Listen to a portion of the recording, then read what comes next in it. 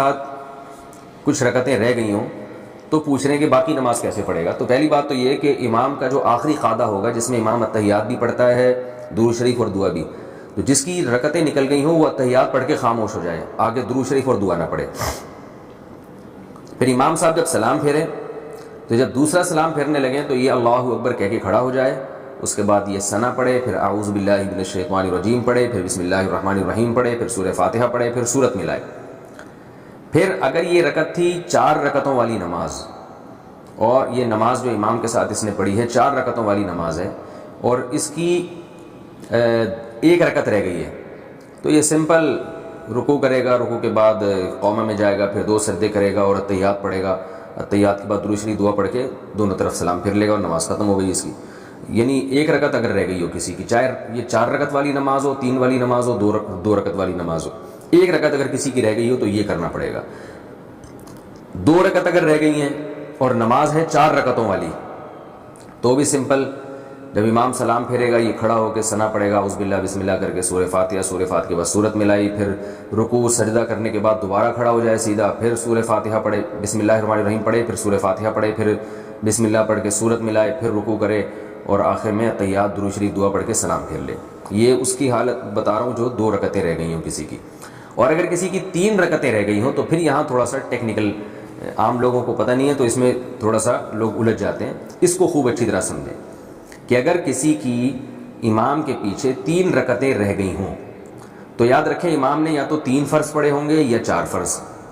ظاہر ہے فجر کی نماز میں تو 3 رکعتیں نہیں رہ سکتی نا، تو مغرب کی نماز میں رہ سکتی ہیں، یا یہ جو ہے ظہر عصر اور عشاء کی نماز میں. تو مغرب کی نماز میں اگر 3 رکعتیں رہ گئی ہیں تو بھی بہت آسان ہے. آپ نے کیا کرنا ہے، امام نے جب سلام پھیرا آپ کھڑے ہو گئے، وہ یہ ثنا پڑھی، سورہ فاتحہ وغیرہ اعوذ باللہ بسم اللہ پڑھ کے، اور سمپل اسی طریقے سے 3 رکعتیں ادا کرنی ہے جیسے آپ امام کے پیچھے اگر نہ ہوتے تو جیسے ادا کرتے، کیونکہ آپ کو امام کے پیچھے 3 رکعتیں ہی نہیں ملی ہیں، آپ آخری قعدہ میں شریک ہوئے امام کے ساتھ.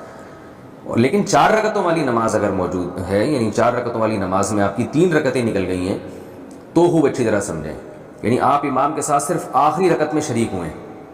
تو اب آپ نے یہ کرنا ہے کہ امام نے جیسے ہی سلام پھیرا آپ کھڑے ہو گئے، آپ نے ثنا پڑھی، اعوذ باللہ بسم اللہ پڑھ کے سورہ فاتحہ پڑھی، سورہ فاتحہ کے بعد سورت ملائی، پھر رکوع کیا، پھر قومہ کیا، پھر 2 سجدے کیے.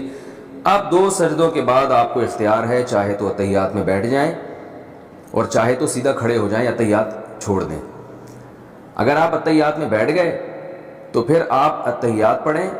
اتحیات پڑھ کے پھر کھڑے ہو جائیں،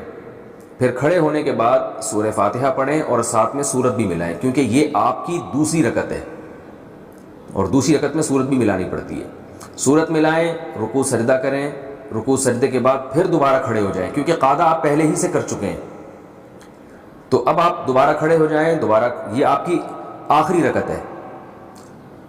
یعنی تیسری رکعت ہے یہ آپ کی، جو کہ آخری ہے. تیسری اس لیے کہ چوتھی رکعت تو آپ امام کے ساتھ پڑھ چکے ہیں، تو یہ آپ کی تیسری رکعت ہے. تو اس تیسری رکعت میں وہی کرنا ہے جو تیسری رکعت میں فرض نماز کی تیسری رکعت میں کیا جاتا ہے، کہ بسم اللہ پڑھ کے فاتحہ پڑھیں اور سورت ملائے بغیر رکوع کر لیں، اور پھر رکوع سجدہ کرنے کے بعد سلام پھیر لیں. یہ بھی ایک طریقہ ہے. دوسرا طریقہ یہ ہے کہ آپ نے 3 رکعتیں آپ کی رہ گئی تھیں امام کے پیچھے 4 رکعت والی نماز میں، تو امام نے جب سلام پھیرا آپ کھڑے ہو جائیں، کھڑے ہو کے سورہ فاتحہ پڑھیں، اس کے بعد یعنی پہلے ثنا پڑھیں، سورہ فاتحہ پڑھیں، پھر سورت ملائیں، پھر آپ رکوع کریں، پھر سجدہ کریں. رکوع سجدہ کرنے کے بعد آپ بیٹھے نہیں بلکہ کھڑے ہو جائیں،